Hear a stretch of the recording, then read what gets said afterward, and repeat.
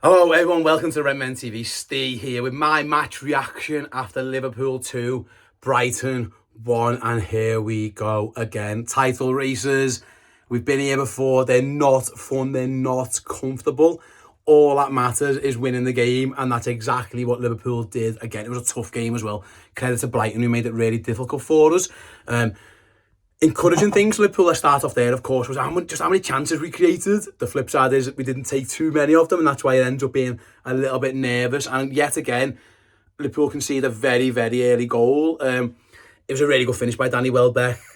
Brighton constantly offered the threat down their left, our right. That was their game plan, and it worked in that instance. I felt like Liverpool just about, in the end, figured it out, but it just wasn't comfortable at all. And like I say, a couple of lucky ricochets, 4 straight to Welbeck, and then he pile drives one in the first, second minute. And you're thinking, oh my goodness, here we go again. We're in for another one of these. And that's what it turned out to be. Credit to Diaz. Obviously, he reacts well. I've always said about Diaz, well, I've been saying it a bit sometimes, like, does he have that real predator, killer instinct that goal scorers have, just to sniff out a chance and just be in the right place? Or, like Jota gets credited with having that. Robbie Fowler used to get credited with having that. Erling Haaland now gets it. And now they're 3 great forwards, and Luis Diaz is more of a wide player. But credit to him on the goal. He senses the danger. He realises that the defender just might make a mistake. He makes a really good run. And when the defender does make the mistake, he's more than good enough to capitalise with a very good finish. Obviously, if not for a hair's breadth, he could have had a second goal, Liverpool's third later on, with a very, very, very, very tight offside call that just went against them. So I thought in terms of an attacking sense, he probably was Liverpool's best player.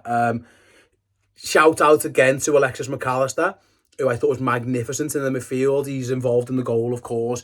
He's involved in pretty much everything good that Liverpool do. His composure on the ball was fantastic. Picking passes, winning the ball back, defending. He played a lot of the game on a yellow card because he was booked for what I thought was quite a soft yellow card. If in truth, I don't think the ref was particularly good for both sides. And, having to play a yellow card in playing a game, on a yellow card, quite a physical game, an intense game. I thought he managed that quite well, so credit to him. I thought he was magnificent as well. And then, obviously, Mo Salah, interesting game. Like, he has tons, I think it's the most shots he's ever had in a Premier League game. He should have scored more. I think, in particular, the one-on-one when he just passes it to the goalie. Some of the other shots and attempts, I think he was half unlucky with. There was no real other massively egregious ones. But thankfully, when McAllister does pick him out in the second half there, Mo Salah does keep us cool, because at times it looked like he didn't. It looked like he rushed a couple of things, but in this instance, he just settles down, takes the touch, gets to the finish that ultimately sends Liverpool to the top of the league, at least for the time being. We'll see what happens during Arsenal v Man City, obviously recording this before that. But whatever happens, Liverpool just needed to win today. We know at least one, if not both of our title rivals are going to drop points today.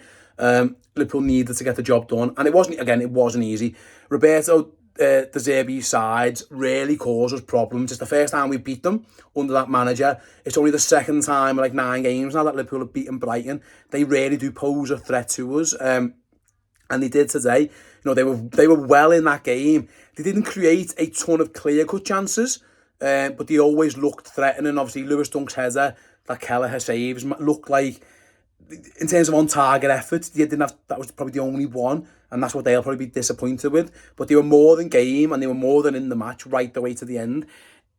But yeah, this is what's going to be like now. I was on the watch along, and there's people saying, if we play like this, we're not going to win the league.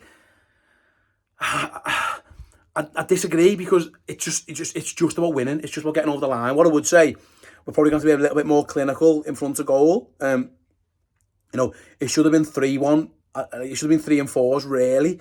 And in the end, it's 2, and then 6 minutes injury time goes up. And then you're half worried about it then, because you're thinking, it only takes 1. And then your game management come into play, and what do you do? And you shoot, you stick and twist. It becomes difficult. Liverpool will argue, if not for a very, very close offside decision, it would have been 3, and it would have all been a little bit more comfortable, which I think's fair enough.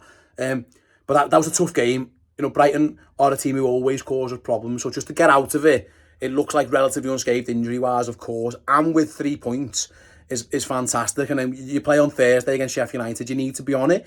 You go again, and then all of a sudden you just keep ticking these games off, and you just keep trying to get 3 points and 3 points and 3 points. That's all that matters now. But I think what I would say is credit to Liverpool's character and their bottle, because that was a nervy game. Anfield seemed nervy. I was only watching on TV. People who were in there might say differently, but it did seem a little bit nervous. And Brighton can do that to you. They play the ball well, they keep it well, they play through the lines, and they do make you feel a little bit anxious. But credit to the Reds, they just about kept their composure. The big players, Virgil van Dijk stands up before Kwanzaa was good.